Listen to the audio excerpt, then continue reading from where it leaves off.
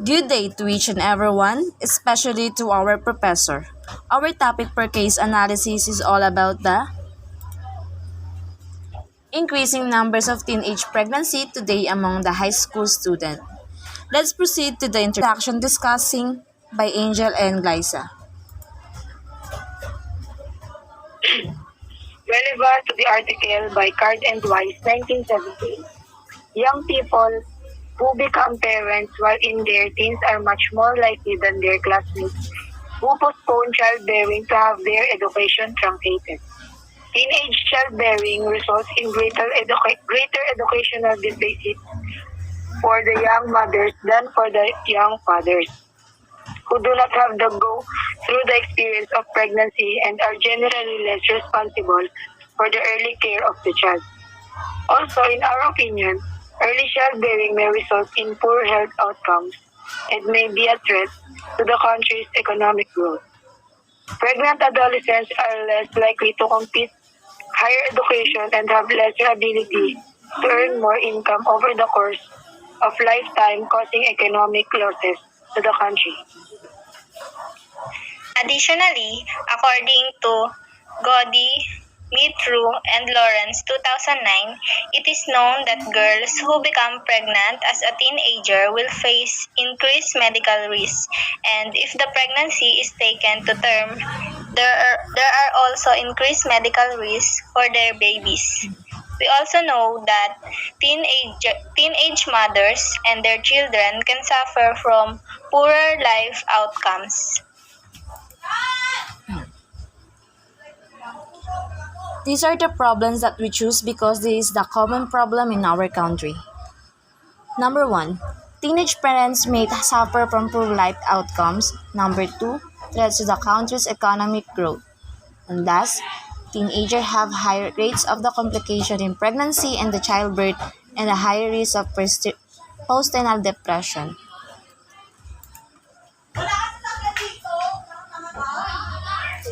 Supporting details. The terms everybody's speech refers to girls who have not reached legal adulthood, which across the world become pregnant. The term pregnancy is a health issue that has effect on all of use Akala and Jordan 2011. Unconfirmed by difference is woman unobserved characteristic or ability influence the outcome their study.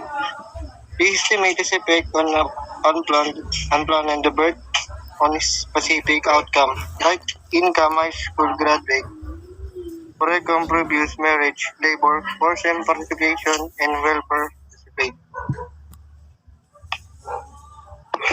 Significantly, lower rates of high school graduation and labor force participation, and significantly higher rates of poverty and welfare recipiency by Groger and Broniers, 1980. The term in every speech usually refers to girls who have not reached legal adulthood, which varies across the world. Who became pregnant. Teenage pregnancy is a health issue that has an effect on all of us.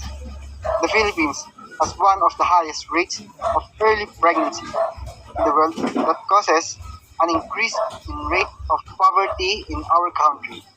Some of the teenagers are not financially stable and unemployed, meaning they can't support the future of their child, even in education and their health.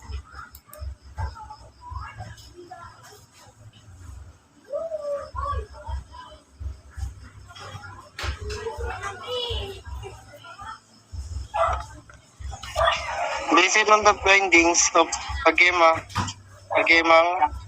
2020, the effects of the teenage pregnancy on the social, economic, development, and well-being to the society.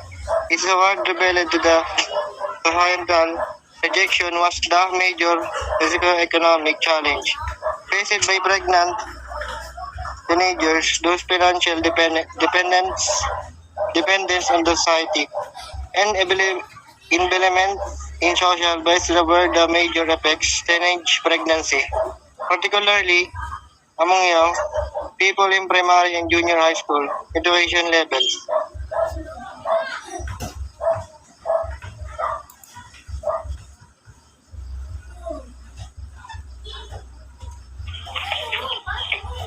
Additional discussion.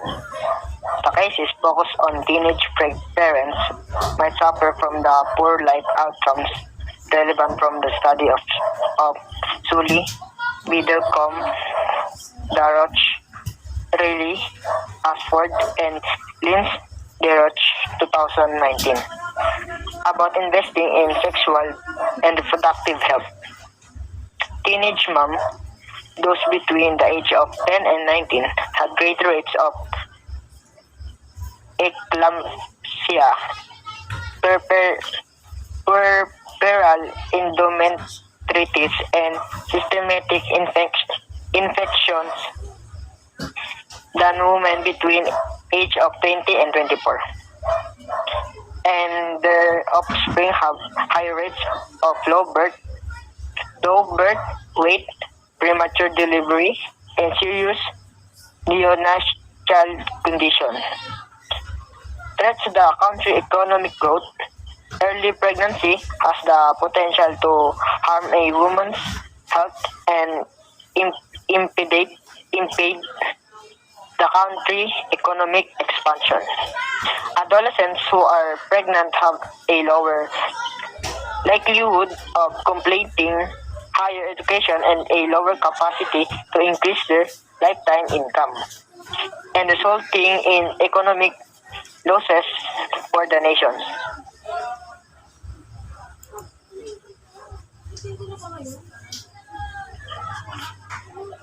Teenagers have higher rates of complication in pregnancy and childbirth, and are the higher risk of postnatal depression. Study relevant from eliminating teenage pregnancy. Article by nnc.gov.ph 2021. Added inadequate complementary feeding and breastfeeding, frequent infection, and inadequate food, health and care. Mothers with poor maternal health are more likely to give birth to low birth weight babies. The low birth weight baby will grow into a stunt child, a stunt teenager, and then a malnourished pregnant woman who will have another low birth weight baby.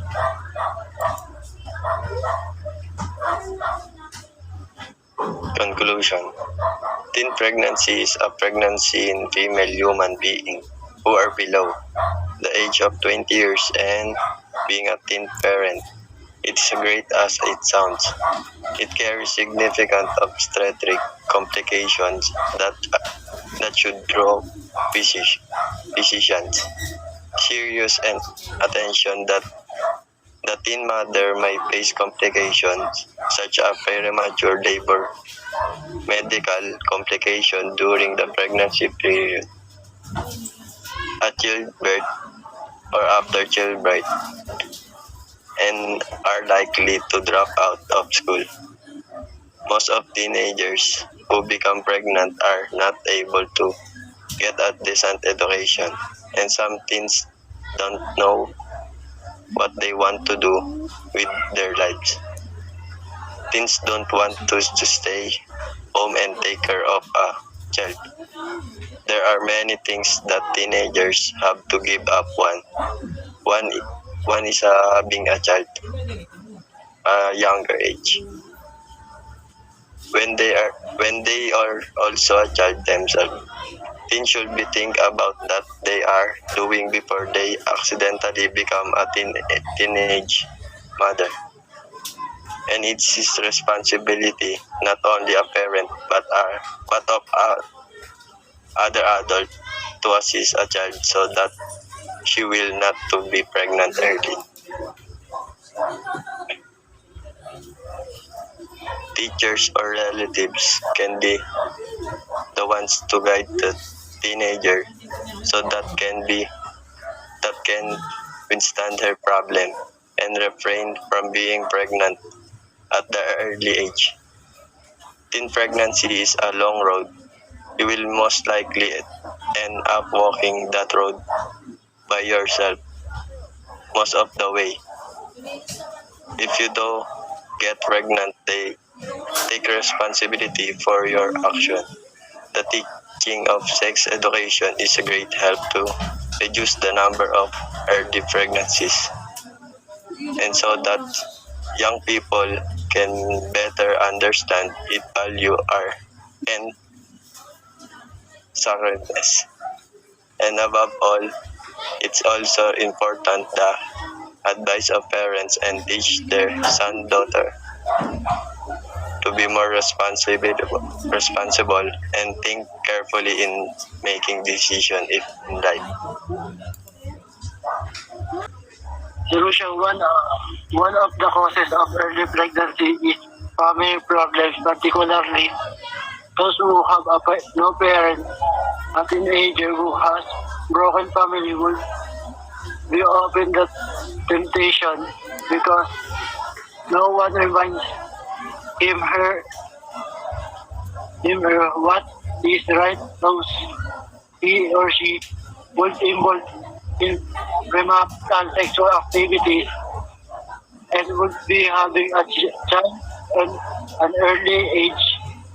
Another possible reason for teenage pregnancy is lack of knowledge and financial problem. Financial problem will push a teenager to engage in prostitution, which may lead to early pregnancy. For her, another reason is having dirty or bad friends. If a teenager has friends who are considered as dirty or stubborn, then it will lead them into early pregnancy. No. Solution. Number 1, developing a community-based approach which utilizes school sex education integrated with the parent, church, and community groups. Number 2, increasing teenage knowledge of contraception. And the last is providing counseling and medical psychological health, education, and nutrition. Be clear about your own sexual values and attitudes. Talk with your children early and often about sex and love. Be specific. Supervise and monitor your children's activities. Know your children's friends and their families. Discourage early, frequent, and steady dating. Help your teens have options for the future that are much more attractive than early pregnancy and parenthood. And the last is take strong stand against teen dating people who significantly older or younger than they are. Thank you for listening.